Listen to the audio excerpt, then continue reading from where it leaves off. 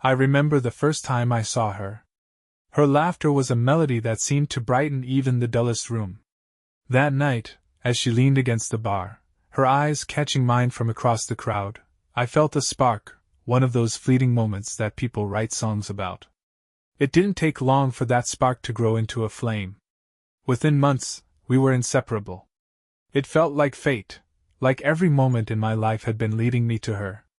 When we married, everyone said we were the perfect couple. Friends marveled at our connection. Family praised the balance we seemed to bring to each other's lives. Even I believed it. Our love was the kind that others envied, or so I thought. We built a life together in a cozy suburban home, a place that radiated warmth and stability. Sunday mornings were spent reading by the fireplace. Weekday evenings were filled with shared laughter over dinner. It was simple, perhaps even mundane to an outsider, but to me, it was everything. Looking back, I suppose there were small cracks in our picture-perfect life, but I brushed them off as normal. Every relationship has its hiccups, right? A sharp comment here, a forgotten anniversary there, minor things that didn't seem to matter in the grand scheme of things. At least, that's what I told myself. She always had an explanation, a reason that seemed plausible enough to quell my doubts. I never imagined that these cracks were more than surface-level imperfections. Our mornings began with the same comforting routine. Coffee brewed as the sun painted golden streaks across the kitchen floor. She'd kiss me on the cheek before heading off to work, leaving behind the scent of her perfume, a lingering reminder of her presence. I trusted her completely. Why wouldn't I? Trust was the foundation of our relationship. Or so I believed.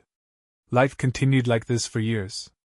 We built traditions, celebrated milestones, and shared dreams for the future. Vacations to sun-soaked beaches, lazy weekends spent binge-watching our favorite shows, these were the memories I cherished.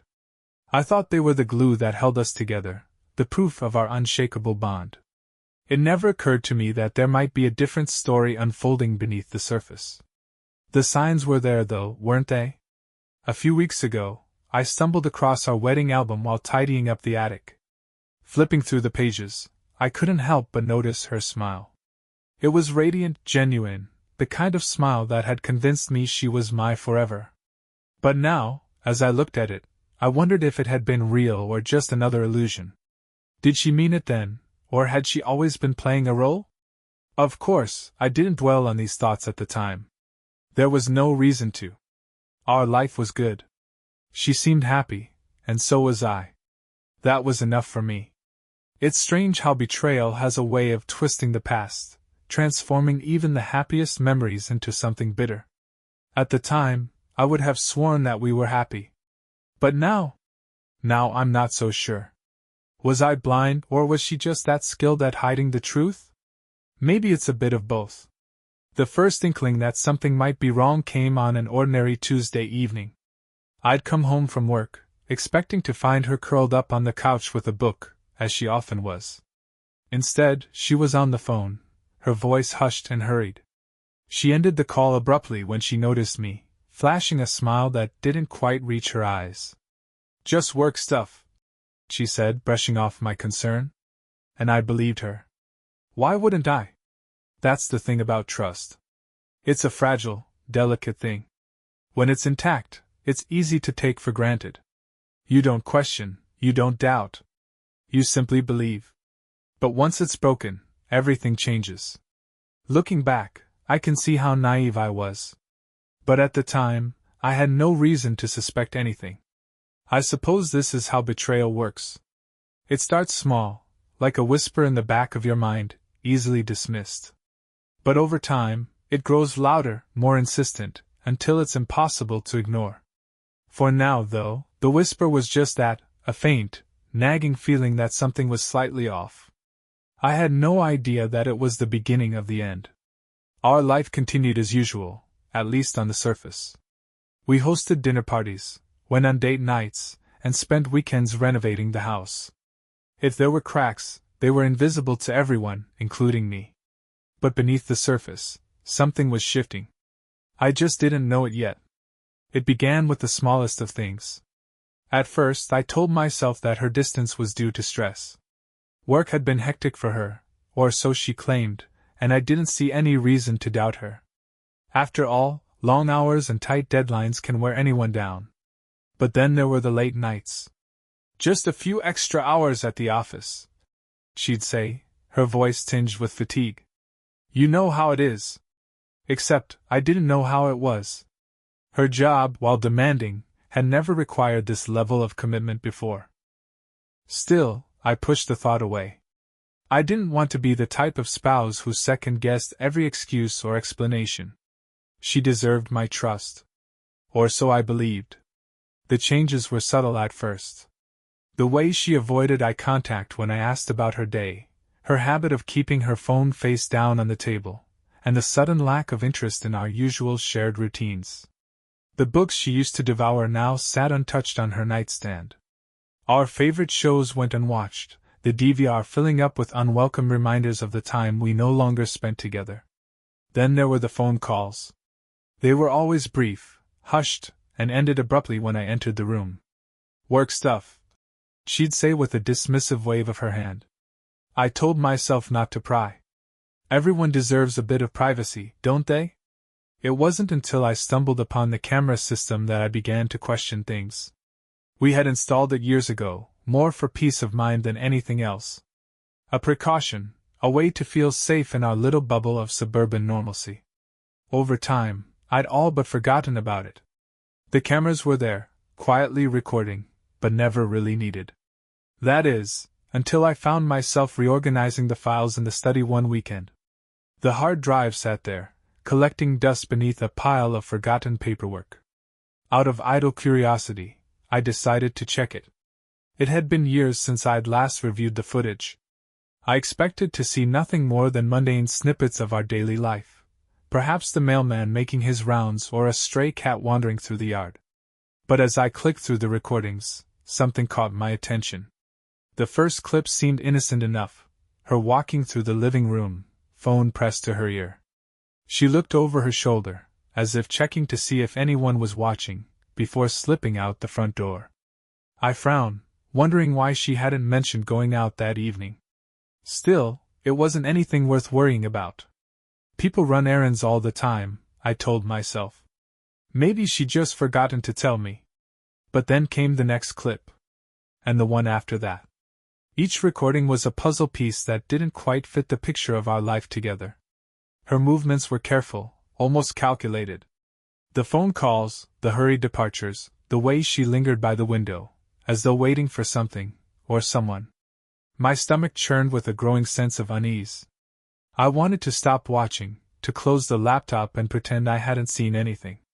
But I couldn't. I needed to know. One evening, I noticed a particularly odd moment. She sat on the couch, her phone in hand, smiling at the screen. It wasn't the kind of smile she shared with me. It was different, softer, more intimate.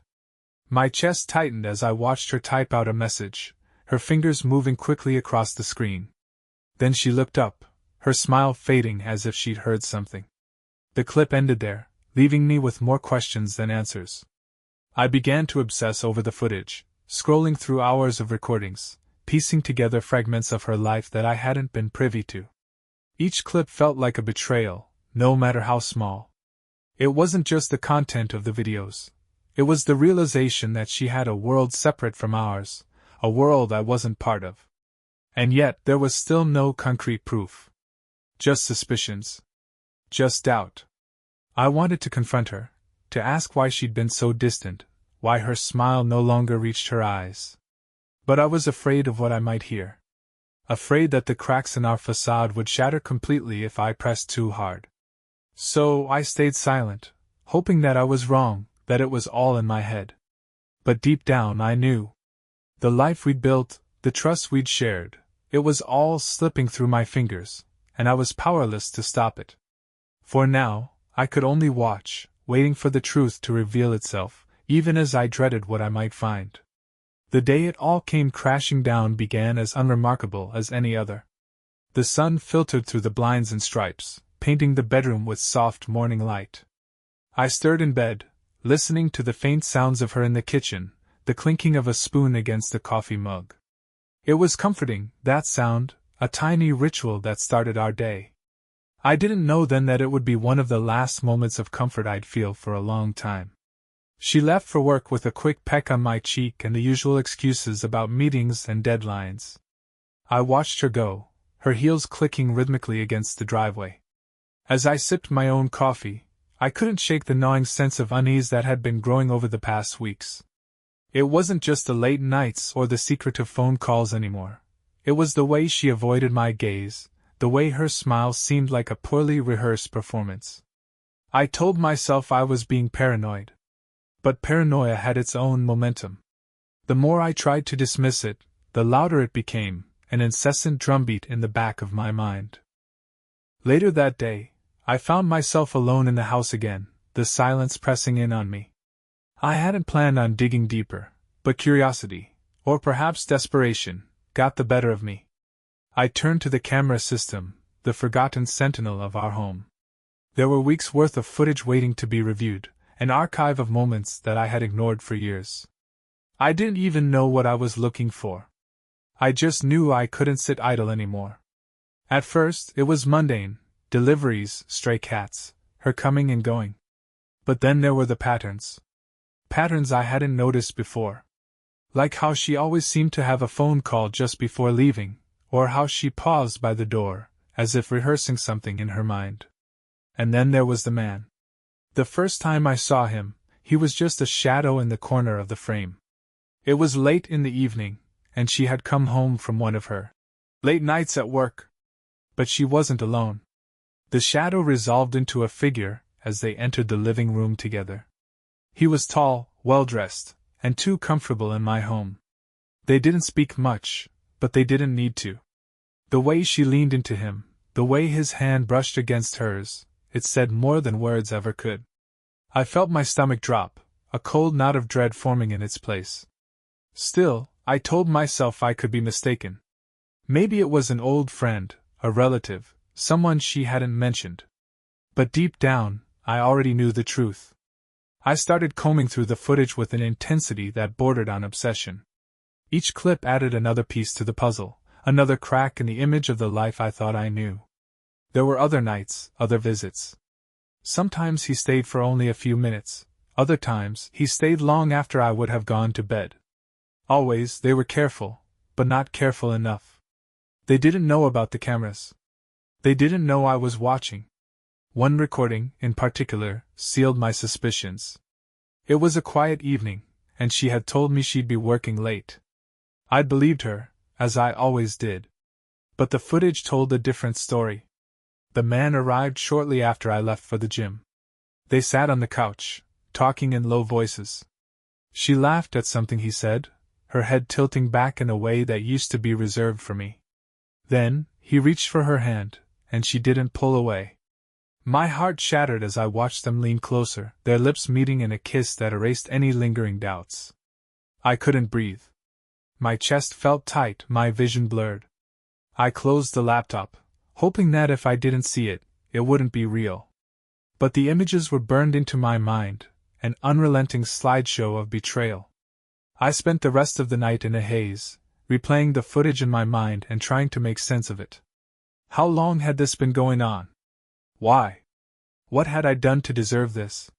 Questions swirled in my head, each one cutting deeper than the last. The life I thought I knew was a lie, a carefully constructed illusion. And I was the fool who had believed it. The next day, I couldn't bring myself to look at her. Every word she spoke felt like a knife twisting in my gut. But she didn't notice. Or if she did, she didn't care. She went about her day as if nothing had changed, as if she weren't ripping my heart out piece by piece. That evening, I returned to the footage. I needed to see it again, to confirm what I already knew. But this time, I noticed something I hadn't seen before. A detail so small, it could have been overlooked. In one clip, as she walked him to the door, her hand lingered on the doorknob. She glanced back, her expression unreadable. Then she turned off the porch light, a gesture that seemed insignificant but now felt deliberate. It was as if she were signaling something, a silent acknowledgement of the secrets they shared. I rewound the footage, watching it over and over, searching for meaning in every movement, every glance. The truth was undeniable. She had betrayed me, not just with her actions but with her very presence in the home we had built together. Every corner of the house felt tainted, every memory rewritten in the harsh light of her infidelity. By the time she came home that night, I had made up my mind. The confrontation was inevitable. But I wasn't ready yet. I needed more. More proof, more answers, more time to steel myself for what would come next.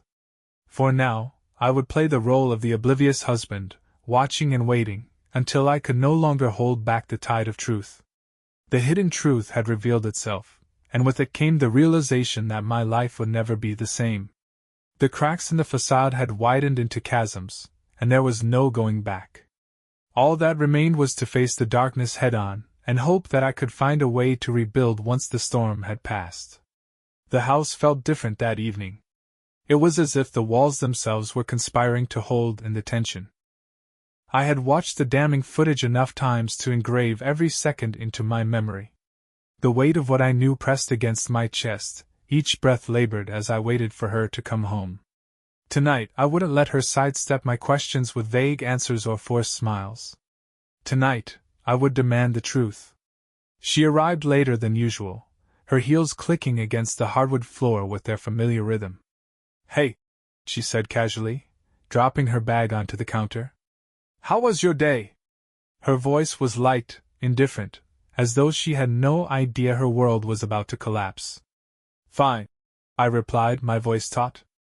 "We need to talk." The shift in her demeanor was subtle but immediate. Her hand froze mid-reach for a glass, her shoulders stiffened, and her smile faltered.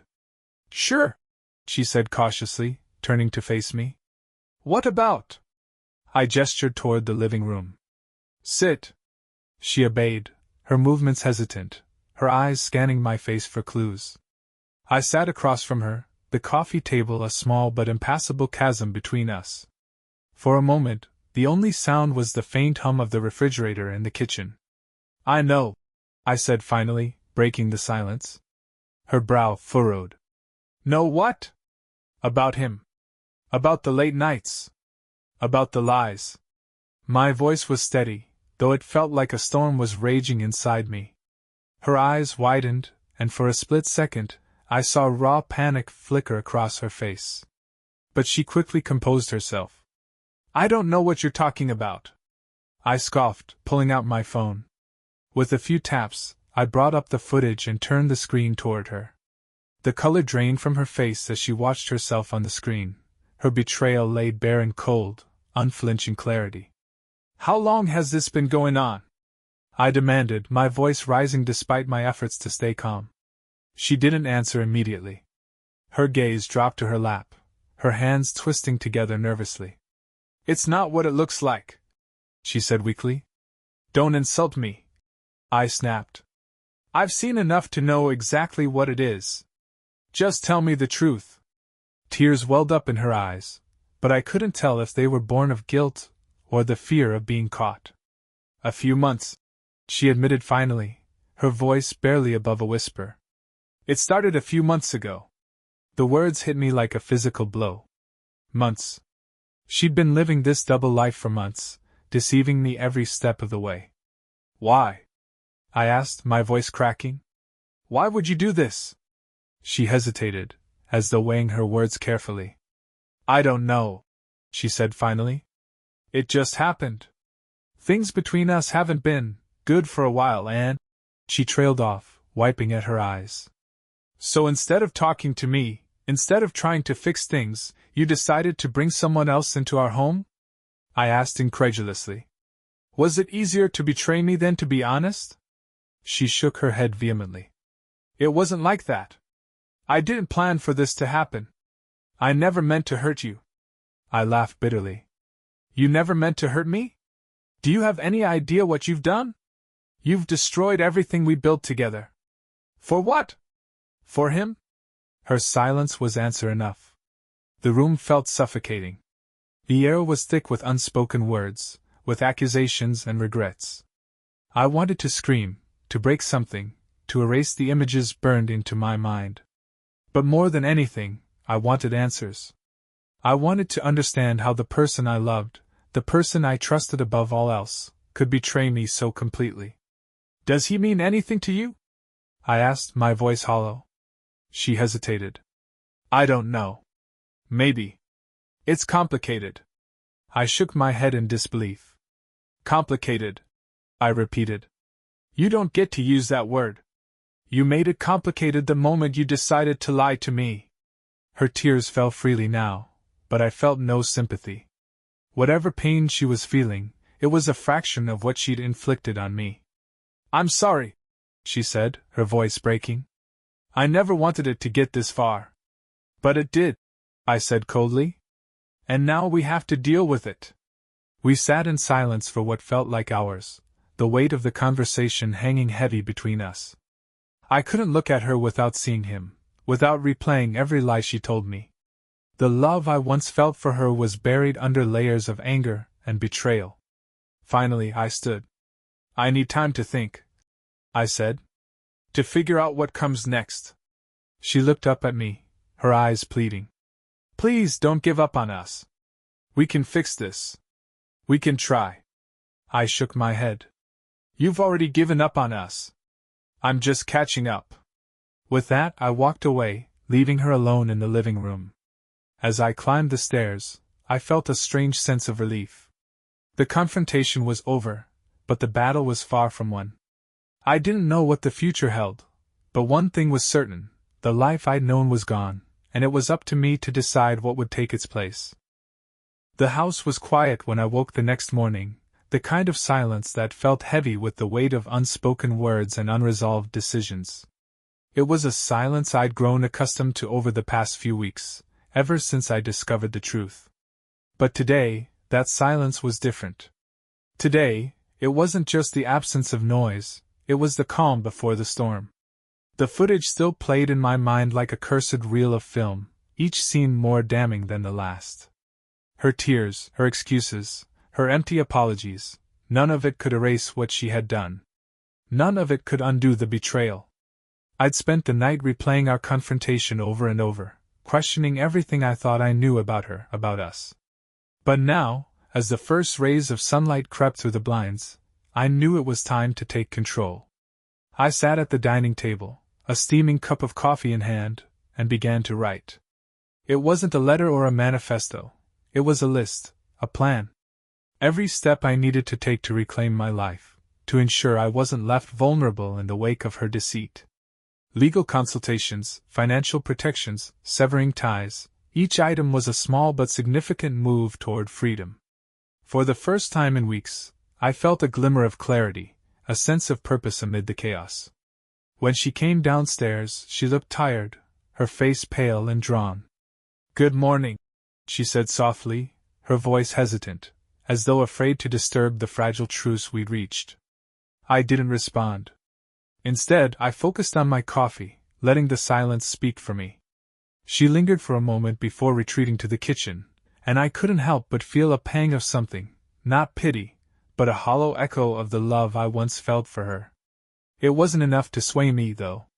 Not anymore. By midday, I had already begun to put my plan into motion. I met with a lawyer, explaining the situation in clinical, detached terms. "Infidelity," I said, the word tasting bitter on my tongue. "I have proof." The lawyer nodded, taking notes, asking questions, and offering reassurances. By the time I left their office, I felt lighter, as though a small piece of the weight had been lifted from my shoulders. Back at the house, I avoided her as much as possible, retreating to my office to sort through documents and correspondence. Each piece of paper, every email and receipt, felt like a thread in the web of our shared life, a life I was now unraveling one strand at a time. It was a painstaking process, but it was necessary. I couldn't afford to leave anything to chance. That evening, as I reviewed the footage one last time, I noticed something I'd missed before, a detail so small, it was almost imperceptible. In one of the clips, as she and the man walked through the house, she glanced toward the camera, her expression unreadable. It was a fleeting moment, but it sent a chill down my spine. She knew. Somehow, she'd known about the cameras all along. The realization hit me like a punch to the gut. Her betrayal wasn't just an impulsive mistake, it was calculated. She had used my trust, my home, and even the security system I'd installed to shield her deceit. The betrayal ran deeper than I'd thought, and it solidified my resolve. I confronted her again that night, armed with this new revelation. "You knew about the cameras, didn't you?" I asked, my voice cold and steady. She froze, her eyes widening. "What are you talking about?" "Don't play dumb," I said, showing her the clip. "You looked right at it. You knew." Her silence was deafening. Finally, she whispered, "I didn't think you'd ever check them." Her admission felt like a slap in the face. "You used me," I said, my voice trembling with anger. "You used everything I built to cover your lies. Do you even realize what you've done?" She tried to defend herself, to justify her actions, but I didn't listen. Her words were meaningless now, empty echoes of a trust that no longer existed.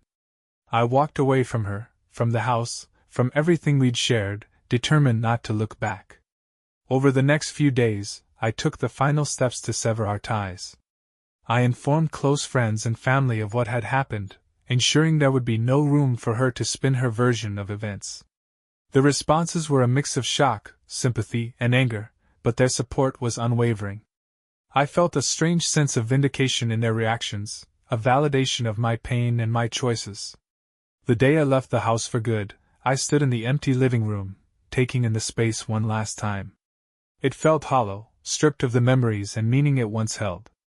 As I loaded the last box into my car, I turned to see her standing in the doorway, tears streaming down her face. She didn't say anything, and neither did I. There was nothing left to say. As I drove away, the house grew smaller in the rearview mirror until it disappeared entirely. I didn't feel anger or regret, only a strange, quiet satisfaction. I had faced the darkness, confronted the betrayal, and emerged on the other side. My life was forever changed, but it was mine again, and that was enough. The road stretched out before me, open and endless, and for the first time in a long time, I felt free. Leave a comment with your thoughts on the story. And subscribe to our channel so you don't miss new interesting stories. See you soon.